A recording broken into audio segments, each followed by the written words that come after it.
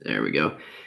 Hey, everybody, this is Josh Peak, and with OKUSA, I do the digital media and a lot of the social media work, and we're doing we're trying to do regular interviews, and we have this big golf tournament coming up with a fundraiser, and so we wanted to bring on someone from that has ties to the University of Oklahoma. So we have Coach Rod Jones from Broken Arrow. Hey, Rod, how are you doing? Good, Josh. How's it going? Thanks for having me. Good. It's my first time ever doing anything like this, so.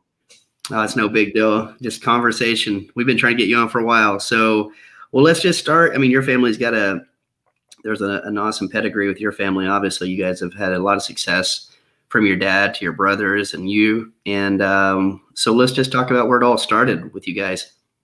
Well, absolutely. Wrestling's kind of in the blood, kind of in our DNA. Mm-hmm. All started, the grace of God, pulling a coach, introducing my father from the hallways to the wrestling room and introducing the sport of wrestling to him. I think he was a sophomore or junior in high school at Sapulpa High School. And ever since that moment right there, the Joneses have been wrestling. And youngest of three brothers. I got two older brothers. I'm the youngest of three. So it was never really an option. My parents tell a story that they never gave me the choice to start practicing wrestling or to get out there and to join the practice because I was already there. Obviously, Sean, my oldest brother, he's 6 years older than I am, and then Biff is 3 years older than I am. So you can imagine a mom, hauling a 6-year-old or an 8-year-old and a 5-year-old and then a 2-year-old off to wrestling practice, quite regularly. And so I was in the room. I was around it. Obviously, my dad coached at Booker T. Washington High School, and then he ended up in West Tulsa there at Tulsa Webster High School.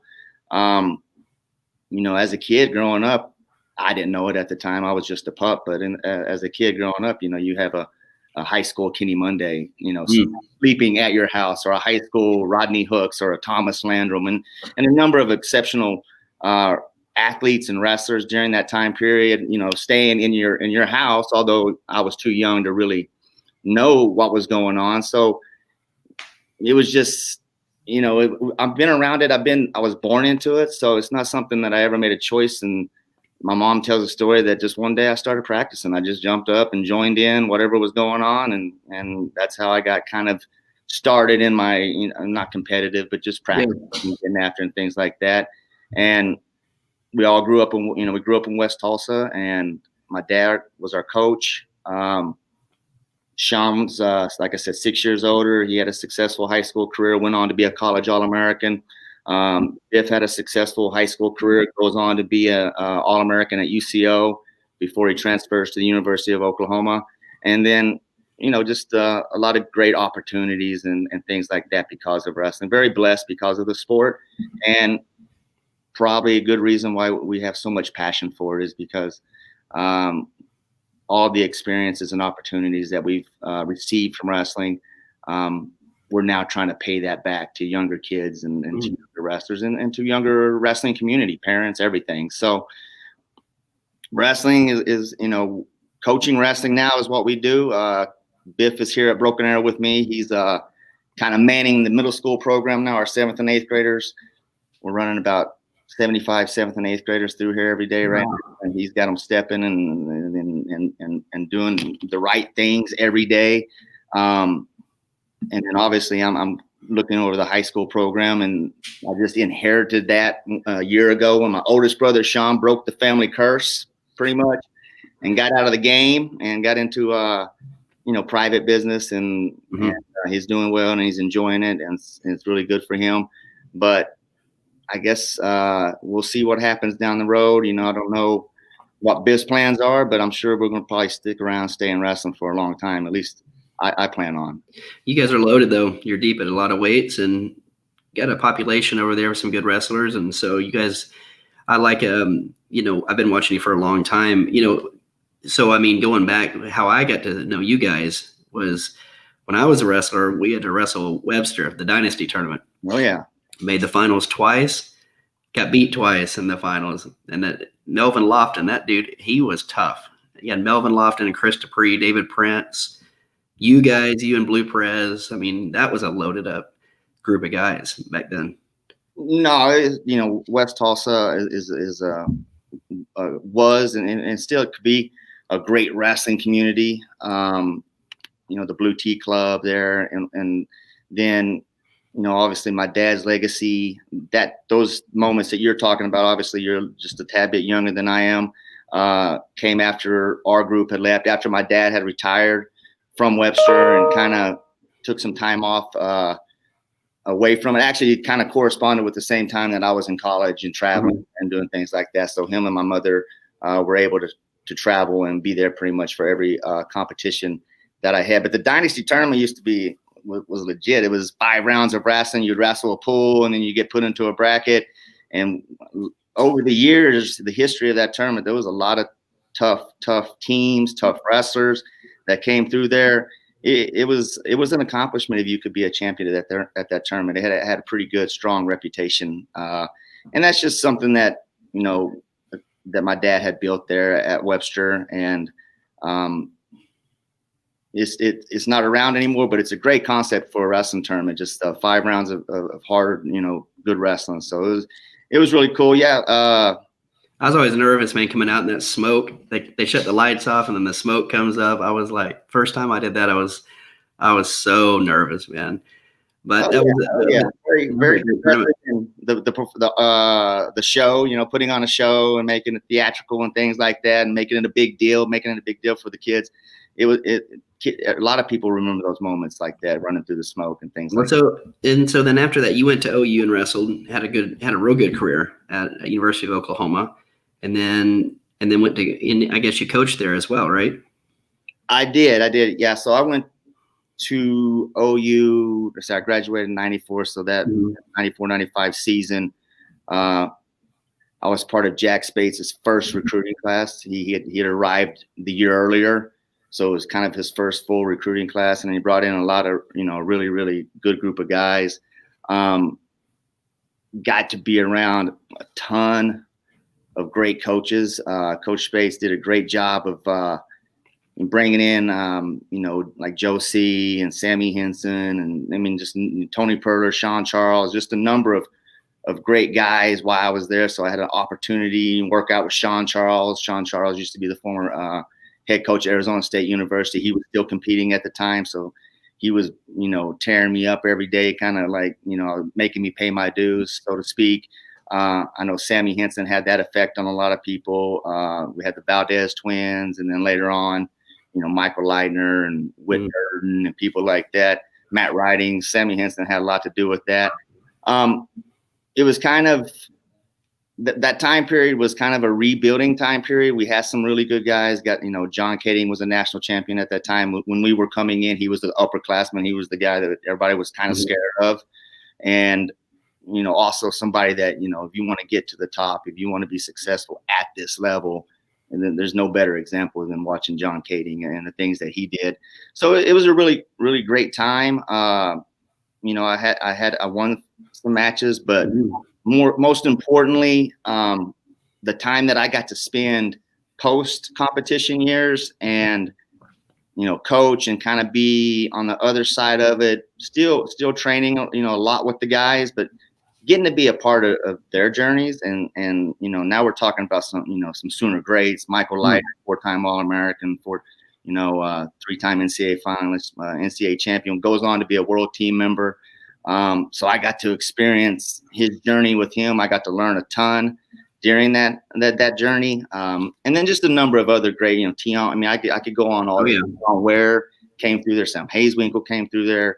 You're talking about a group that doesn't probably get as much credit, as they really deserve. And maybe the Spates era doesn't get as much credit as he deserves. But there was a lot of winning going on at that time during those years. I don't remember the year exactly, but I think the tournament was in Albany, New York, and OU had 6 All-Americans and 2 guys in the finals. Nowadays, that's outstanding. Yeah. Maybe, just because Oklahoma State was, ripping and doing well, and then it's always Oklahoma and, compared to Oklahoma State, maybe he didn't get as much credit as he deserved during those time periods. But you're also putting Michael Leitner on a world team, Tion Ware on a world team. Then you got Sam Hayeswinkle and Jared Frere making Olympic teams. Yeah. I mean, it was a good era, and I was just fortunate to be a part of that time. I remember the camps you had some good camps down there too. When I came, I was like a sophomore in high school, I think, or right after.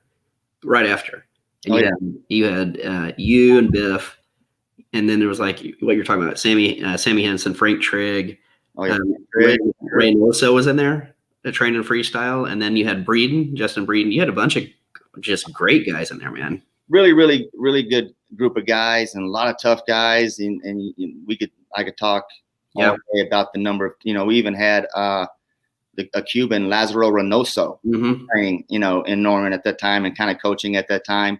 And Lazaro was kind of infamous for his win over John Smith.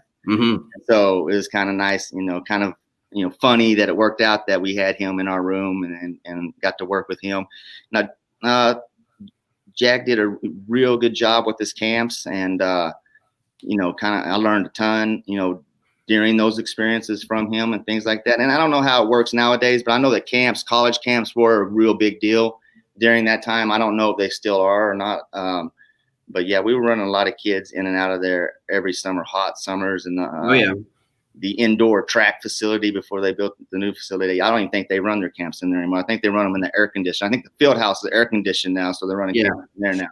But it used to just be hot. You just sweat. It was awesome. I got to meet a lot of people from different places that went on to become successful wrestlers, successful men, businessmen, things like that. So yeah, that whole time it was a really an awesome experience. And well, let's talk about too, since we're on that subject. You were coach at OU at one point. So how important was Fargo for you guys? Like as far as when you're recruiting guys at that level, how important was Fargo? I know obviously the state championships, and you and I've talked before, the matchups, but then Fargo comes into play. I mean, how big was that for you guys? Fargo is definitely one of the main measuring sticks. If you wanted to say it like that, things have changed so much. We're talking when maybe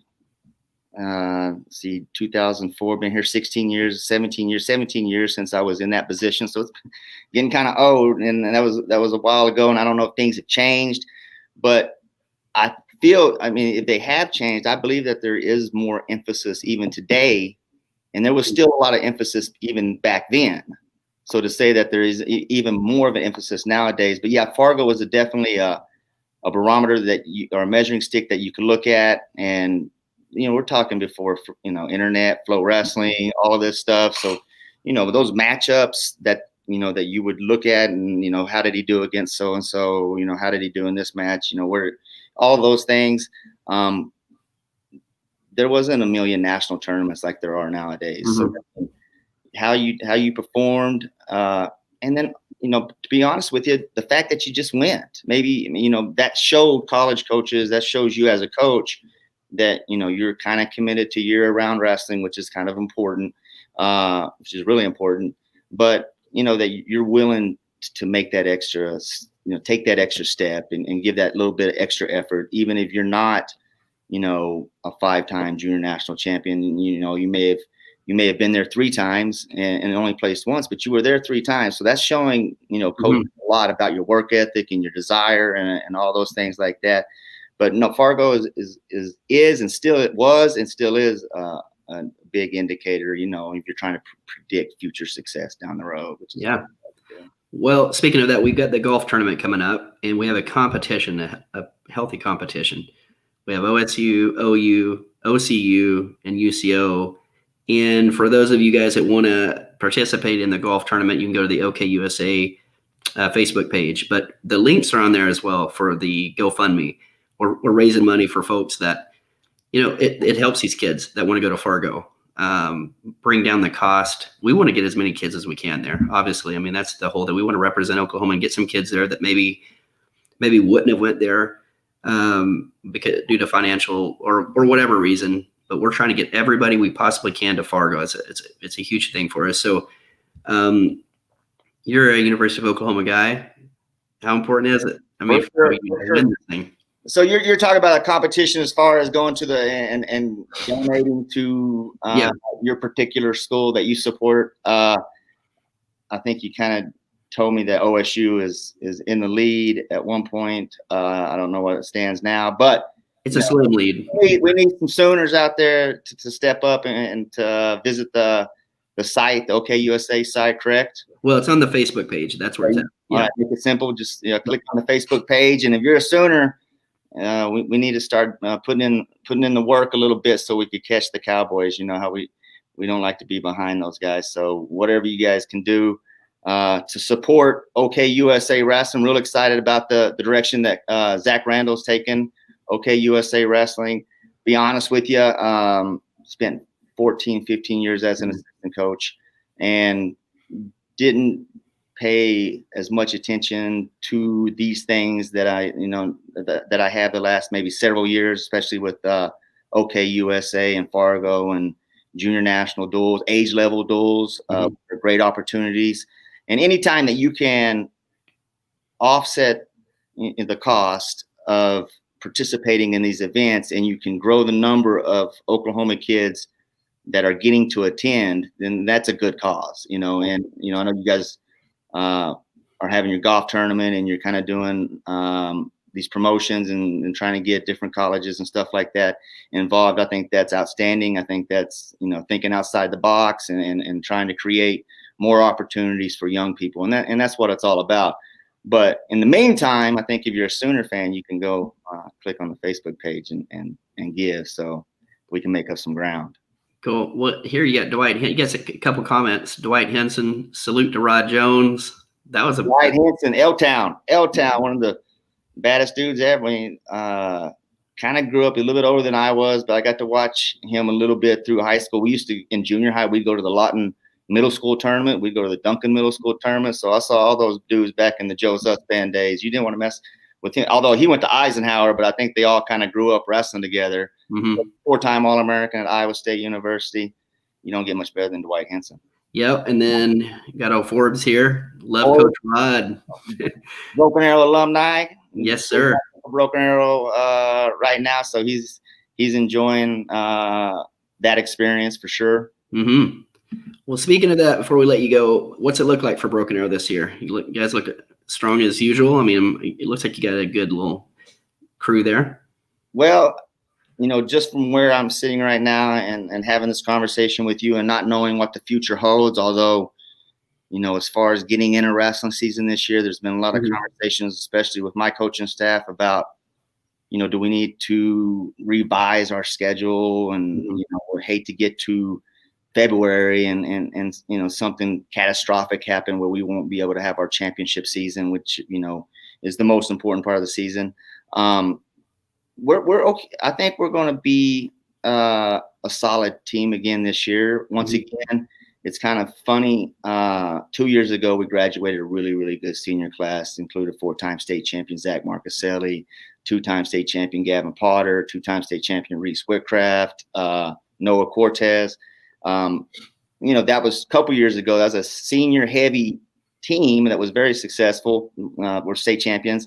And then last year, once again, we had a pretty heavy senior loaded program, but that's kind of becoming the norm. And that's not a bad norm to have, that you're not, not that wrestling freshmen is a bad thing or younger kids is a bad thing if they're ready to step up to and rise to the occasion.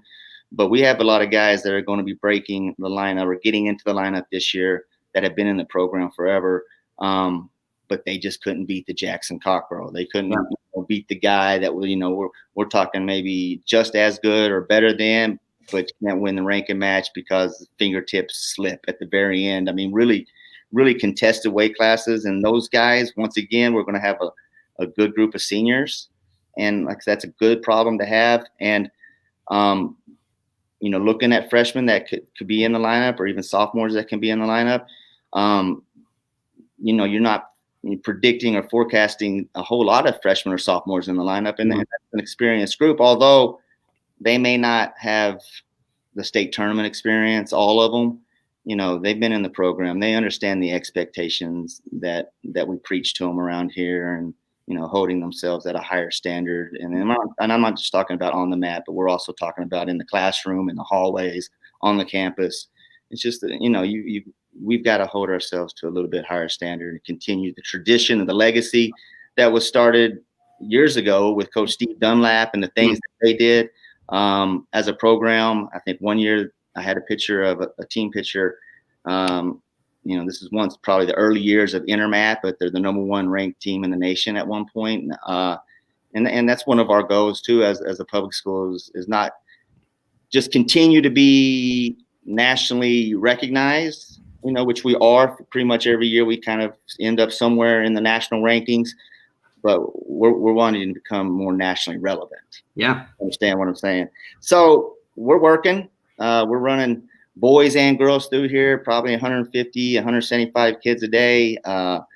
They all go to their respected areas. The girls go to their girls wrestling coach, the wrestling area. The junior high shows up a little bit. Our middle school kids show up a little bit later. High school kids know exactly where they're going. A lot of work. We have a lot of work to do. We have, tons of work to do.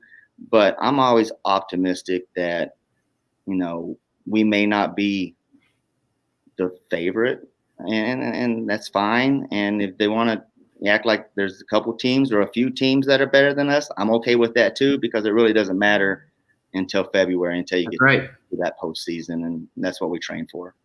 Well, I appreciate you coming on. Is there anything else you want to talk about? No, I'm not. I think you guys are doing a good job. I'm watching all of these. When you post all of these, I'm trying to keep up. We had a meeting yesterday about our youth wrestling league, led by Sean Bateman, who did a great job leading that meeting. And I think we're kind of, the youth schedule is kind of coming together. We're moving forward. A lot of uncertainties down the road in the future. It's just hard to plan and predict what the future holds as far as, our atmosphere, or our environment, those things. Well, I was going to ask for that, but it would almost be redundant, because everybody I ask, like, what do you see in the future? And no one knows. No one really knows. Sometimes it looks like we're at a point to where it's clearing out a little bit, and we're going to have some more wrestling, and then you just don't know. So like you said, maybe revising your schedule a little bit. I'm sure probably everybody's doing that. Well, we've got to kind of maybe approach it from a different perspective or a different angle, just because things are a little bit different than they have been in the past. Dual meets on Tuesday, dual meets on Thursday, tournament on Saturday. And, now you're talking about 1, 2, 3 different, venues, different teams. I've even proposed the idea of a quad. We used to have a lot of quads back in the day. We get 4 teams together on a Saturday and get in 3 quality matches on a Saturday, because that's really what's important. Is we've got to get we've got to be able to get a certain number of competitions in before we get to the postseason. So we try to be at our best. Is it going to be normal like it has been in every year since? It kind of seems like that's how we're moving, but at the same time, I think we need to be flexible and maybe look at some things that maybe we can adjust to make sure that we guarantee ourselves that we get to the championship portion of the season. Yeah. Well, I think it's going to get there at some point. I think it'll iron itself out and we'll be able to do it. But, well, Rod, I appreciate you coming on, and from your words, go OU. We're Sooner all the way, no doubt. I know it's football season. We're all excited about football, but go to the Facebook page and click on the OU Sooner banner. Cool. Well, guys, I appreciate you all watching. It looks like we had a lot of numbers here and comments. And so, Rod, thanks again for coming on. Thanks for having me. Take care. Thanks.